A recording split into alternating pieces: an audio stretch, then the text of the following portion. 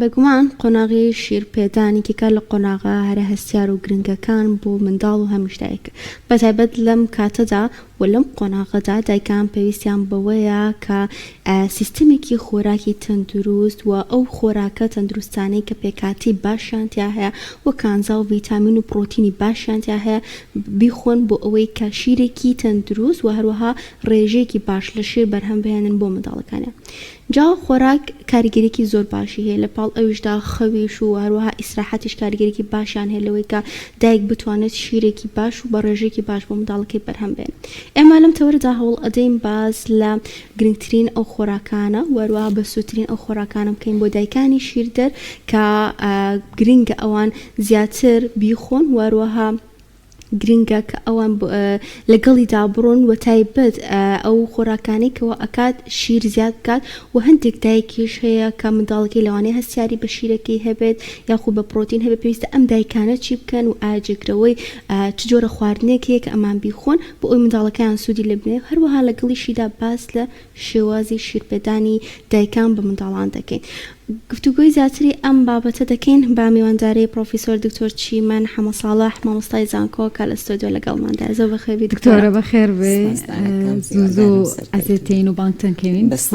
بۆی کە لەگەڵمانای کە بتوانین پشتێک پێشکەشی بینەران یخوا بەخێر دکتۆریان. دکتۆرە جیاوازی شیری دایک چییە لەگەڵ شیری قوتوداوە؟ هەمیشە باز لەوە دەکرێت کە پێویستە دایکان و گرنگە لەسەر دایکان کە شیری خۆیان بە منداڵەکانیان. باوەڕەکەی ئەگەر بڵێم ناتوانانی جیاوازی بکەی چونکە دووشتی زۆر زۆر جیاوازن. ئەم شیرەی کە دروست دەکرێت لە شیری مانگایان لە شیری هەر حیوانێکی کردیان زۆربەی بە تایبەتی ئەوانەی کە لە وڵاتی ئێمەیان زۆربەی لە سۆیا دروست دەکرێت. یعنی هیچی شیرێکی ئامادەکراو نییە تا ئێستا لە هەموو جیهانە ئەو هەموو هەوڵە دراوە نتوانراوە شیرێک دروست بکرێ بەرامبەر بە شیری دایک بێ. بەڵام بەرامبەرەکەی ئەگەر سیر بکەین بڵین ئەیشتە گرنگەکان چییە لە شیری دایکا هەیە؟ شیری دایک ئەگەر یعنی بە پێی وەرز بە پێی سارد و گەرما ئەگۆڕێ بە پێی بەیانیان و ئێوارانە گۆڕێ. یعنی شیری شەو هۆرمۆنەکانی کە یارمەتی خەوی مناڵەکە ئەیە زیاتری تیا شیری بەیانیانی مەسەلەن فێنکترایان تەنانەت لە شیری کچ و کوڕیش لەبەرەوەی پێدا یعنی فسیۆلۆجی لەشی مرۆڤ وهایە ژنان پێویستیان بە چەوریە زیاتر کوڕان زیاتر پێویستیان بە پرۆتینە. لەبەرەوە شیری دایک تەنانە شیری دایکی کوڕ پرۆتینی زۆرترە شیری دایکی کچ چەوری زۆرترە. جگە لە هەموو ئەو ڤیتامینات و ئەو شتانەی کە پێداویستیە تەنانەت ئەو شیرەی کە پێ ئەڵێن ژەک لە بیدایەتە هەمووی وەکو یعنی مەناعی مناڵەکە بەرزەکاتەوە هەمووی وەکو وایە تۆ پێکوتەیەک یان لوقاحێک بکەی بۆ مناڵەکەت. ئەمانە جگە لەوەی ئامادەیە بە خێرایی. یەکشت من حەزەکەم بڵێم دایکی شیردەر ئەوەی کە شیرەیە 40 ڕۆژی یەکەم هیلاکە زۆر کاتی ئەوێ ئەبێ زۆر وەخت یعنی ئەبێ هەموو شتێک بخاتە لاوە بەس دانیشە و ئەم مناڵە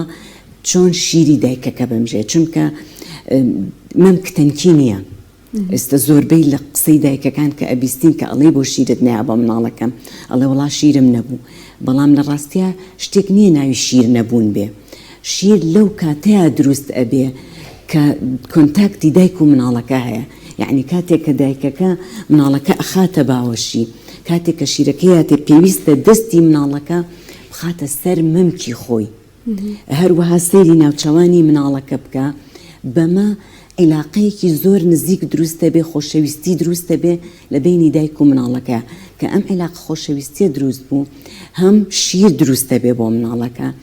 هەم دیارمەتی گەڕانەوەی ڕەحم و هۆرمۆناتی دایکەکە ئەیا بۆ ئەوی بگەڕێتەوە. لەوانەیە ئێستا زۆر لە دایکان یعنی ئەوە بڵێن زۆر جار هەبووە کاتێک کە شیرەی بە مناڵەکە ئیتر ناوسکە زۆر زۆر دە ئەو دایکە کە تازە مناڵی بۆ ئەیەشێ. ئەم ئازارە چیە؟ ئەمە گەڕانەوەی ڕەحمە بۆ جێگەی خۆی. لە کاتێکە کە دایکێک کە شیری قوتووی ئاياتێ نەخێر ئەم گەڕانەوەی و ئەم هۆرمۆناتە و ئەم تەنزیمە لە دایکەکەیە دروست نابێ. ئەمە یعنی بۆ تەندروستی دایکەکە تەنانەت ئەو دایکانی کە لە کۆتاییشە لا سامح الله تووشی سەرەتانی مەمک و سەرەتانی ملی ڕەحم و ئەمانە بن ئەو دایکانی کە شیری خۆیان ئێن بە مناڵەکانیان زۆر ناڵێم ڕوونایە بە زۆر بە کەمی لەو کەسانیان ڕۆایە. ئەمە سوودێکی گەورە بۆ دایکەکە جگە لەوەی کە دایکەکە مەسەلەن بەدەم خەوەوەیە مناڵەکەی ئەگری هەڵەستێ یەکسەر ئامادەی کا بە دەمی مناڵەکە ئەمەمکی. بەڵام ئەگەر دایکێک شیری قوتوبە ئەبێ هەستێ ئەبێ شیرەکە ساردوو گەرم کە ئەبێ ئاگاداری قیاسی شیرەکە بێ لەگەڵ مەمەکەیە بەڕێکی ئەمانەدانی ئەو هەموو عەزێتە جگە لەوەی کە ئەچێ بۆ شوێنێ دایکەکە بەس مناڵەکە هەڵەگرێت و ئەڕوا. بەڵام دایکی تر ئەبێ یەک عەلاگە شیر و مەمە و ئەوانە هەمووی حازرکە. جگە لە دابی ئەم دایکی کە شیری خۆی ئەیا بە مناڵەکەی ڕێژەیەکی لە بیدایەتانە لە برەوەی کە خواردنەکان هەتا ئەینە بێت ڕایەت لەگەڵی زوو پیساییەکە. بەڵام لە دواییانە تەنانە میز و پیسایی بۆ کەمترە بێتەوە. بەڵام لە بیدایەتە باشترە دایکی کە شیر ئەیا بە مناڵەکەی هەوڵ با لە هەفتەی یەکەما زۆربەی خواردنەکان بخوات. ئەم خواردنانەوە لە مناڵەکە کە تام لە هەموو خواردنێک وەرگێ دواییش بۆ ئەوەی ئەو کاتێک کە فێری خواردنێکی زووتر ڕایەت لەگەڵ تامەکانی خواردن چونکە ئەو لەگەڵ شیری دایکە تامەکانەکە. دکتۆرە ئەوش کارگەری هەیە کە ئەم خواردنێک بخوا لەسەر ئەوەی کە دواتر ئەو مناڵە هەستیاری بۆ دروست نەبێت؟ خۆی هەستیاری لە مناڵەکەیە هەیە، هەستیاری هەیە. تەنانەت بەعەکسەوە ئەگەر لە بیدایەتەوە مناڵەکە خۆی ئێمە دوو جۆر لە هەستیاریمان هەیە. جۆرێک هەیە مەناعی لەشمان بەشداریەکە، نوعێکمان هەیە ڕیخۆڵەیە. مشکلەکە لە ڕێخۆڵایە کە ئەمەیان کە پێڵێن ئینتۆلەرانس ئەمەیان زۆر باشترە لەو مناڵانەی کە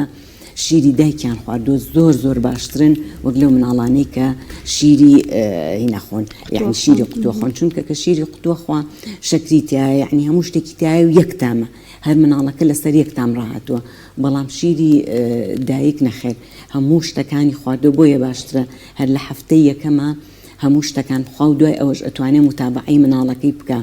لە چ کاتێکە بە چیان مەسەلەن غازاتێک ئەگەر دروست بکە یان ئەگەر حەساسیەکی هەبێ شتێکی هەبێ لە ڕووی خواردنەکەەوە ئەو کاتە چارە بۆ دایکەکە ئەوەیە کە ئەو خواردنە کەم کاتەوە لە کاتێکا کە شیر. دکتۆرە جۆری ئەو خواردنانی کە دایکەکەی خوا چ کاریگەریەکی هەیە لەسەر تەندروستی دایکەکە خۆی پاشان لەسەر منداڵەکە ئەبێ چ خواردنێکیش بخورێ بۆ دایکەکە و بۆ مناڵەکەی بەسوودە؟ ڕاستە مناڵ یعنی کاتێک کە دایک شیر ئەیە خواردنی بۆ دوو کەس ئەبێ دابین بکە، هەم بۆ جستەی خۆی هەم بۆ مناڵەکە. ئەوە مانە ئەوە زیاتر بخوا دایکەکە؟ زیاتر ئەخوا طبعاً بە تایبەتی لە پرۆتینە لە پرۆتین ئەبێ پرۆتین زیاد بکە. من زۆر جاری کەش باسم کردووە خراپترین کێشەی سەر سفرەی ئێمە کەمی پرۆتینە. چونکە ئێمە ئەڵێن بۆ کەسێک ئەگەر چەند کیلۆ بێ 1.2 بۆ 1.5 ئەبێ پرۆتین وەرگێ. طبعاً ئەمە لە ئەم ڕێژەیە لە شیری دایکە زیادەکە، یعنی دایکێک شیر دەربێ ئەبێ پرۆتین زیاتر بکە. لەبەر ئەوە ئەگەر بڵین پرۆتین لە چیا هەیە پاقلەمەنیەکان شیرەمەنیەکان هەر هەمویان، هەروەها گۆشتەکان کە ئەمانە زۆر گرنگە، هێلکە کە شتێکی زۆر گرنگە و هەم نرخەکەشی لە چاو نرخی گۆشت و ئەوانەیە هەرزانترە. پاقلەمەنیەکان هەر زۆر باشە تێکەڵی خواردنەکانی بکە بیخوا. بەڵام ئەوەی کە پێویستە یعنی دایکی شیردەر زیاتر احتیمامی پێیە پرۆتینە لەگەڵ ڕیشاڵەکان. ڕیشاڵەکانیش زۆر گرنگە، یعنی سەوزەکان. خۆی ئێمە سەوزە و میوە هەردووکی پێویستە بەڵام سەوزە ئەتوانێت جێگرەوەی میوە بێ بەڵام میوە ناتوانێت جێگرەوەی سەوزە بێ. لەبەرەوە سەوزەکان کە ئەژڵێن سەوزەکان بەرجنی هەر کەرەوز و کەوەر و تەڕەتیزە بێنە، هەموو سەوزەکان زائیدەن ئەو سەوزانەی کە ئیکوڵێنی نۆک و کوولەکە و مەسەلەن باینجان و برۆکلی و قەرنابیت و کەلەرم و کە ئەمانە ڕێژەیەکی زۆر باش ڕیشاڵ و ڤیتامین و مینراڵیان تایە بۆ ئەوەی دایکەکە هەم لەشی خۆی چونکە یعنی سوبحان الله خواوا دروستی کردووە ئەگەر ڕەگەزێکی خواردن لە خواردنی دایکەکەیان نەبێ لە لەشی دایکەکە وەرەگیرێ بۆ مناڵەکە. لەبەرەوە دایکەکە زۆر پێویستی بەوەیە ئەوەی کە پێ ئەڵێن دایڤرستی یعنی ڕەناوڕەنەکان یان جۆرا و جۆرەکان هەموو گروپی خواردنەکان. ئێمە گروپی خواردنەکان گروپی دانەوێڵەکانمان هەیە، گروپی پاقلەمەنی و گۆشتەکانمان هەیە، گروپی چەوریەکانمان هەیە. لێرەیە کە ئەڵێن چەوری تەندروست نا ئەو چەوری داخکرابێت سوور کرابێتەوە ڕۆنی تەنەکە ئەمانە یعنی هەمووی خراپ و نابێ هیچ کەسێک یعنی هیچ کەسێک ئەم شتانی کە من باسێکم بۆ کەسانی ئەتیادیش هەر پێویستە کاتە ئەوەی کە نابێت دایکەکە بیخوا لەو کاتەیە چەوری زیان بەخشەکانە چەوری زیان بەخشەکان خواردنەکانی دەرەوە یعنی دایک لەو کاتەیە خواردنە خێراکان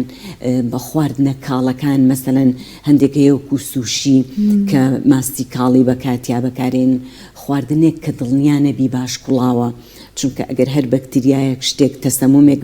دایکەکە بیکا بووی هەیە بۆ مناڵەکەش بگوازرێتەوە لەبەرەوە ئەبێ دایکەکە خۆی بپارێزێت. دکتۆرە سەبارەت بە خواردنەوە گازیەکان هەرچەند لە وڵاتی ئێمە کەمترە کحولیەکان جگەر و ئەو شتانە کە بخوری ئەوانە بۆ هیچ کەسێک بۆ هیچ کەسێک بەڵام بەتایبەت بۆ دایکی شیردەر نا دەرمان و ئەو شتانە هەموو دەرمانێک کە دایک وەریەگرێ ئەبێ لەژێر ڕێنمایی پزیشکا بێ و بە پێی زۆر پێداویستی بێ ئەگینا نابێت هیچ جۆرە دەرمانێک بەکاربهێنێ مادەی کحولی چونکە ئەگوازرێتەوە بۆ مناڵەکە نابێ بەکاری بێنێ. خواردنەوە گازیەکان حەزەکەم لێرەوە بە مینەران بڵین ئێمە دوو جۆر خواردنەوەی گازیمان هەیە نوعێکیان شەکری تایە کە خەڵک زۆر لێ ترسێ و ئەڵێ ئەمە خڵاومەکە نوعێک لە خواردنەوەکانی تر ئەمەی کە پێڵەن دایت کە زیرۆیە کە ئەمانە زۆر خراپترن ڕاستە شەکریانتیانە بەڵام شەکرێکی دەستکردیانتیایە کە تامی زۆر لە شەکر بەقووەترە یعنی زیاتر هەستی پێکەی جگە لەوەش کە ڕێخۆڵەکان و ئەو بەکتریا تەبیعیانەی کە لە ڕێخۆڵەیە هەیە ئەمانە شتێکە لەبەرەوە تکایە بۆ هیچ کەسێک هەتا ئەتوانن خواردنەوە گازیەکان نەخورێتەوە خۆی لێ بپارێزرێ ئەتوانێت ئاوی کاربۆنەیت هەیە ئەمەی کە هیچ نەشەکری تایە نە هیچێکی نەشەکری دەستکردی تایە ئەگەر حەزیشی لێ کرد ئەتوانێت ئەوە بەکاربێنێ. زۆر باشە دکتۆرە سەبارەت بە خواردنەوەی چاو کافاین و ڕۆڵی گرنگی ئاویشتیە لەم نێوەندەدا. طبعاً ئاو زۆر زۆر ضرورە ئەو دایکەی کە ڕۆژێکە چەند جار شیر ئەیا بە مناڵەکەی ئەوە نەجار ئاو لە لەشی کەمە بێتەوە لەبەرەوە دایک زۆر زۆر پێویستە لە کاتی شیردانە ئاوی خۆی زیاد بکە زوو ئاو بخواتەوە مەسەلەن ئەبێ پەرداخ و سوراحەکەی لە تەنیشتی یعنی لە نزیکیەوە بێت هەر جارێت بە تایبەتی پاش شیردان یان هەر نیو سەعات جارێ پەرداخێک ئاو بخواتەوە بە تایبەتی لە مۆرزانەیە کە وەرزێکی گەرمایە ئەبێ زۆر گرنگی بات بە ئاو یعنی تا ئەوەنەی ناتوانانی تۆ ئاوەکە تهدید بکەی بڵێ مەسەلەن 3 لیتریان ئەوەنە بەڵام کەسێکی طبیعی لە 2 لیتر بۆ 3 لیتری پێویستە ئەم زیاتری ئەبێ لەو ڕادەیە کە بیخوات لەبەرەوەی حەجمی مناڵەکە و کاتی طبعا لە مناڵی بچووک شیر کەمترە خوا مناڵی گەورەتر چونکە ئێمە ئەڵێن هەتا 6 مانگی یەکەم مناڵ هیچ شتێکی ناوێ تەنانەت ئێستا کەمانی ئاب و تەمووزە لەم مانگەیە دایک نابێ ئاو بابە مناڵەکەی چونکە ئەو شیرەی کە ئەیا بە مناڵەکەی بە پێی پێداویستی و بە پێی ژەمەکە و بە پێی گەرمی و سەرماکەی کە دایک و مناڵەکەی تایە دکتۆرەمە تا تەمەنی چەند؟ هەتا 6 مانگ تا 6 مانگی پێویست ناگا هیچی بێت هیچی باتێ جگە لە ئەوم دایک و مناڵانەی کە مەسەلەن ناچنە بەر هەتاوە هەتاویان نە ڤیتامین دی ئەمە ڤیتامین دی لە بیدایەتەوە مناڵ ئەوژ ئەبێ بەڕاوێژکاری پزیشکی مناڵان ئەمە ڤیتامین دی ئەبێ بدرێ بە مناڵەکە لە دوای 6 مانگ کە هیچی ناوێ پێڵن ئەکسکلوزیڤ برێستفێد لە دوای 6 مانگەوە یعنی هەندێک کەس هەیە لە 4 مانگەوە دەستەکەن بە خۆراکیان بە مناڵ کە ئەمەش تەندروست نییە ئەبێ مناڵەکە 6 تەواوکە یعنی ئەمڕۆ مناڵەکە 6 مانگی تەواو کرد ئەنجا دایکەکە دەستەکە بە خواردن چۆنێتی دەستپێکردنی خواردنی مناڵەکەش چۆنە لە ئەمڕۆیە کە 6 مانگی تەواو کردووە هەندێک یعنی ئەگەر بکرێ مناڵ مەسەلەن ئێستا برنجی وردی برنجی کوردی لە بازاڕ هەیە ئێمە بۆیە بە برنج دەست پێکەین لە برەوەی هاپۆ ئەلەرژی یعنی حساسیت زۆر کەم دروستەکە هەفتەی یەکەم بەس ئەم برنجە ئەکوڵێنین و ئاوەکەی ئەگری ئەبێ بە یعنی ئاوی ئاوەک ئاوی برنج ئەمە ئەگیرێ و ئەدرێ بە مناڵەکە ئەگەر بکرێ بە شۆربا ناتوانێت بێتی باشتر ئەتوانی جارێ بەس ئەمە لە بەرەوەی یەکەمین جارە زۆر جوان ئەبێ بکڵێندێ یعنی شتێک نەبێ بگیرێتە دەمی مناڵەکان پێویستی بەجوین بێ ئەبێ بە تەواوی ماشت ببێ یعنی ورد کرابێ بین بە مناڵەکە یەکەم جاری یەک کەوچکی ئەینێ سەیری ئیسیجابەی مناڵەکەکەین ئەگەر باش بوو ئەنجاد و کەوچکسێ کەوچک ئەنجا دوای لێەوە ئەیکین بە وەجبەیەک لە ماوەی ئەم هەفتەیە تەنیا برنج ئەمە یەکەم ئەچینە هەفتەی دووەم یەک خواردنی تری بۆ زیادەکەین بۆ مناڵەکە مەسەلەن بڵین سەوزەیەک کولەکە یان پەتاتە دکتۆرە ئەبێت ڕۆن یاخود خێ بەکاربێت جارێ هیچ نەخێر هیچ شتێک ئاوی میوەکان جارێک ئێمە هەفتەی دووەم مەسەلەن کولەکەمان بۆ زیاد کرد هەفتەی سێم پەتاتەشی بۆ زیادەکەین یعنی سە لە ماوەی چەند هەفتە لە عمری مناڵەکە ئەڕوا ئەوە نە خواردن زیادەکەین یعنی لە دوای شەش طبعاً لە کە مناڵەکە ئەبێ بە 7 مانگ 4 خواردنی وەرگرتووە کە ئەبێ بە 8 مانگ 8 خواردنی وەرگرتووە کە ئەم هەشتەی وەرگرت ئەنجا 8 مانگ تەواوەکە ئەنجا ئیتر وردە هەچ خواردنێک زانیمان سووربوونەوەیەک بۆ مناڵەکە دروست بوو یان زیاد لە حەدسکی ئاو ساوەستمان کرد غازاتێکی زۆری هەیە ئەبێ علامەتێک بخرێتە سەر ئەو خواردنە کە ئەم خواردنە احتیمالی هەیە حساسیە بۆ مناڵەکە دروست بکە لە دوای ئەم 8 مانگەوە کە هەشتی تەواو کرد تا ئێستا ئێمە هیچ جۆرە میوەیەک نابێ بدرێ بە مناڵەکە لەوانەیە بپرسن بڵێن بۆ میوە خراپە نەخێر میوە خراپ نییە بەڵام میوە شیرینە مناڵ کە دەمی یای لە شیرینە خۆشەکان ئیتر ناخۆشەکان ناخوا لەبەر ئەوەیە تەنانەت ئێمە لە بیدایەتیش کە مناڵ ئەبێ لە دایک لە ڕۆژی یەکەمە ئەڵێن بێن باشیری بینێ نەخێر ئەوەش پێویست نییە مناڵ هەتا 24 ساعت هیچ پێویستی بەوە نییە لە جیاتەوەی تۆ بچی شیرێکی قوتووی بۆ بکڕێ ئەو دەم ئەیە لە شیرە قوتووە شیرینەکە ئیتر شیری دایکی پێ ناخورێ لەگەڵ تامەکە ڕایەت یعنی تامێکی خۆشترە لەبەرەوە ئێمە کە مناڵەکە 8 مانگی تەواو کرد ئەنجا دەست ئەەکەین بە پێدانی میوەکان لەگەڵ یا بدرێ بە مناڵەکە بە تایبەتی هەندێک میوە هەیە مەسەلەن وەکو پرتەقاڵ ئەمە تۆزێک لە بەرەوەی ترشە و گەدەی مناڵەکە ڕانە هاتووە ئەمە باشترە یعنی تەخیریکەی هەتا دەمان و یان زەمان و ئەوانەش تەواوە کە ئەنجابی درێتە میوەکانی تر ئەتوانین ئاوی شووتی یعنی ئەو میوانەی کە هینن ئەتوانرێ بدرێ بە مناڵەکە لەگەڵ ئەوەشە یعنی ناڵێم وەجبە بە وەجبە شتەکانی بۆ زیاد بکرێ و لەگەڵیشە ئەبێ شیری دایک بەردەوام بێ یعنی نابێ شیری دایک لە مناڵەکە ببڕێ تەنانەت هەتا 2 ساڵ واجبە بدرێتێ دوای 2 ساڵ دایک و مناڵەکە قەرارەیەن کەی مناڵەکە ببڕێتەوە بەڵام ئەگەر لەو ماوەیەشە دایکەکە سکێکی کەی کردەوە ئەتوانێ هەر شیر بات بەڵام زۆرە بێ بۆ دایکەکە بۆ مناڵەکەی سکی بۆ مناڵەکەی کە شیری ئاەتێ و بۆ خۆشی ئەمە تۆزە زەحمەتە بۆ دایکەکان لێرەوە ئەمەوە شتێکی تر بە دایکان بڵێن کاتێک کە شیردان کەی دەست پێەکە بەڕای هەمومانەڵین شیر لە بوونی مناڵەکەەوە بنیە نەخێر شیردان لە با بڵین لە 3 مانگی یەکەمی دایکەکەەوە ئەبێ دایکەکە خۆی بۆ ئامادە بکە لە 3 مانگی یەکەمی دووگیانی بە تایبەتی لە 3 مانگی دووەمی یعنی لە 6 مانگەوە ئەم دایکە ڕۆژانە ئەبێ چ ڤازەلین بێ چیان زەیتی زەیتون بێ هەر چەوریەک بێ بیا لە سنی خۆی یعنی ئەگەر ئەمە تەشبیه بکەین بە مەمکی دایکەکە سنەکەی ئەبێ ئەمانەی هەمووی چەورکە بۆیە زۆربەی دایکەکان کە لە کاتی مناڵبوونە ئەڵێن سەرمام ینی شەقشەق بووە یا تەنانەت زۆر جارەیە خوێنی لێت دایکەکە لەبەرەوە دایکەکە شیر نایە ئەڵێ من خوێنی لێت ئەمە خۆ ئامادە نەکردن بووە بۆ شیردانی سروشتی لەبەرەوە هەر لە بدایەتەوە ئەبێ زەیتی زەیتون با لە مەمکی لەسەر ئەمەی ئێرۆلاکەی یعنی ئەها قاویەکەی مەمکی بۆ سەرگۆیەکەی بەم شێوەیە ڕێزەی پێ بکە بۆ ئەوەی سەرگۆی مەمکەکە بێتە دەرەوە یعنی لە زۆربەی دایکانە یعنی ها بەم شێوەیە کە ئەیگرێ ئەواهی سەرگۆکەی گرتووە ئەوهی ئەم ڕاضەیەوە ئەکا سەرگۆی مەمکی دایکەکە بێتە دەرەوە ئەمانش کە هەمووی چەوریە ئیتر بە هیچ جۆرێ دایکەکە لە کاتی شیرپێدانی سروشتیە سەرگۆی ناقلیشێ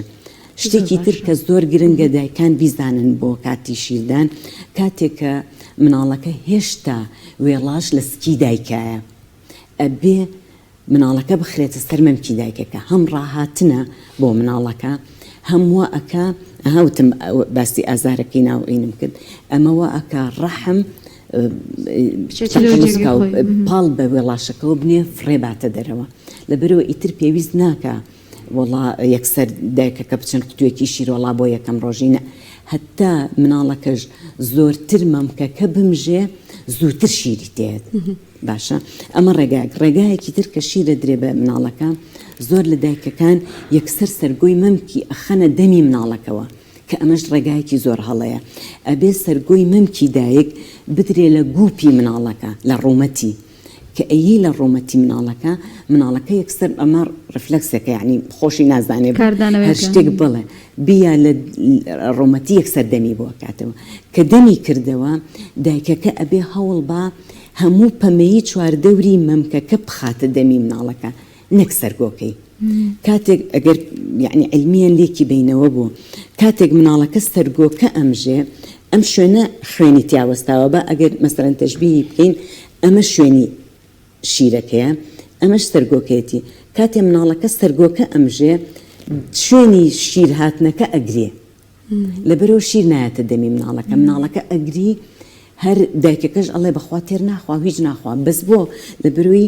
گرتنی مناڵەکە بۆ مەمکی دایکەکە هەڵەیە ئەنجا ئەماشە بێ بەهۆی چی شەقشەق لەبەری مناڵەکە هەر زەختەکە ئەبێت بەهۆی شەقشەق بردننی بڵێ برینی زیاتر دروستەکە و ئازاری زیاتر دروستەکە بەڵام ئەگەر ئەم ئاستەی یعنی ئاستە پەمەیەکەی مناڵەکە خواردی کاتێک کە دەمی پیانێ لەسەر گۆکەوە شیرەکە ئەچێتە دەمی دایکەکە واتە مناڵەکە ئەبێ پەمەیەکە بمژێ نەک سەرگۆی مەمکی دایکی کە ئەمەی کرد شیرەکە بە جوانی ئەچێتە دەمی مناڵەکەەوە و مناڵەکە بەپی پێداویستی خۆی و لە بیرتان بێ کە شیر ئەو کاتە دروستە بێ یعنی یەکێک لە فەنەکانی تر کە بۆ دایکی شیردەر هەیە یەکەم ئەبێ مناڵەکە دانانی بەم شێوەیە بێ نەک بەم شێوەیە دایانێ کە شیرەکەی ئاەتی ئەمە بۆ دایکەکەش یعنی زۆربەی کات دایکەکان ئاواکەن ئەمە پشتیان زۆر هیلاکیانەکە کە ئەمە بۆ مناڵەکەش خراپە بۆ دایکەکەش بەڵام ئەگەر ڕێگەی تەندروستت هەڵبژات بەم شێوەیە هەڵت بژات ئەمە عزێتی مناڵەکەنە زائیدەن دەستی مناڵەکە ئەبێ بخرێتە سەر مەمکی دایکەکە ئەم پێست بۆ پێستە و ئەکا هۆرمۆنی زیاتر بڕژێ لە لایەکی تریشەوە دایکەکە بێ سەیری مناڵەکە بکە کە سەیری مناڵەکە کە ئەم خۆشەویستی کە لە نێوانیانە دروستە بێ هۆرمۆنەکە زیاتر ئەڕێژێ و شیرەکە زیاتر دروستە بێ لە لایەکی کە مناڵ هەتا مەمکی دایکی بمژێت شیری زۆرترە بێ هەتا نەیمژێت شیرەکەی کەمترە بێتەوە یعنی ئەو دایکانەی کە ئەڵێ شیرم نەبوو واتە بە پێی پێویستی مەمکی نەخستۆتە دەمی مناڵەکەەوە بۆ ئەوەی بیمژێت بۆیە شیری بۆ دروست نەبووە لایەکی تر ببوورە بەس ئەوە ڕاستەکردن بە سنگی دایک شێلانی بە ڕۆنی گەرچەک یعنی وا ئەکا سنگی دایکەکە لە بنباڵیەوە لە چواردەوری سنگی و یعنی ئەمانەی هەمووی سنگی پشێلێت بە گەرچەک دوای تەبعانە بێ پاکی ئەمە لە کاتی شیردانە لە کاتی ترا کە مناڵەکە شیری خواردووە ئەم ڕێزەیە ئەکا بە دایکوا لە بۆریەکانی سنگی دایکەکە زیاتر بتوانرێ شیرەکان هیم بکە یعنی وەکو ڕێزەیەک وایە ئەم مەساجەکە بۆ ئەوەی شیری دایکەکە زۆرتر بێ لە لایەکی تر کە لێبوویەوە لەسەر قسەی تۆ کە لە شیردان لێبوویەوە پاشماوەی ئەو شیرەی بیا لە سەرگۆی چونکە ئێمە شیری مناڵ یەکەم جار ڤیتامینیەت ئەگەر سەیری بکەن هەموو دایکەکان یەکەم جار شیرێکەڵی ئاوە لە کۆتایی شیرەکەی سپی ئەبێ لەبەرەوە یەکەم جار ڤیتامین و مینڕاڵەکانیان بۆ مناڵەکە دووەم جار پرۆتینیەت دوای ئەوە لە کۆتاییە چەوریەت بۆیە هەڵە هەندێ دایک هەڵەشەکە شیرێک یعنی تۆزێک لە مەمکە ئەیە بە مناڵەکە تۆزێکیش لە مەمکەکەی تر ئەیە ئەتوانێ کە شیر ئەیە بە مناڵەکە شوشەیە شتێک بخاتە بەر مەمکەکەی تر ئەگەر لی ڕۆشت بۆ ئەوی بۆ کاتێکی کە بتوانێ بیاتەوە بە مناڵەکەی بەڵام ئەبێ ئەم مناڵە ئەم شیرە تەواوکە پرۆتین و چەوریەکەش وەرگرێ ئەنجا یعنی بیخاتە سەر مەمکەکەی تر و ئەویش تریشیان بیخوا ئەمە واکە کە مناڵەکە زۆر جار هەیە گلەی یەکەن دایکەکان لە زەعیفی مناڵەکانیان بەڵام لە بیرتان بێ ئەو زەعیفی مناڵی شیرەخۆرە تەندروستە بەڵام قڵەویەکەی مناڵی شیری قوتو دائما نەخۆشیە و لە کۆتاییە ئەبێ بەهۆی شەکرە و نەخۆشی قەڵەوی و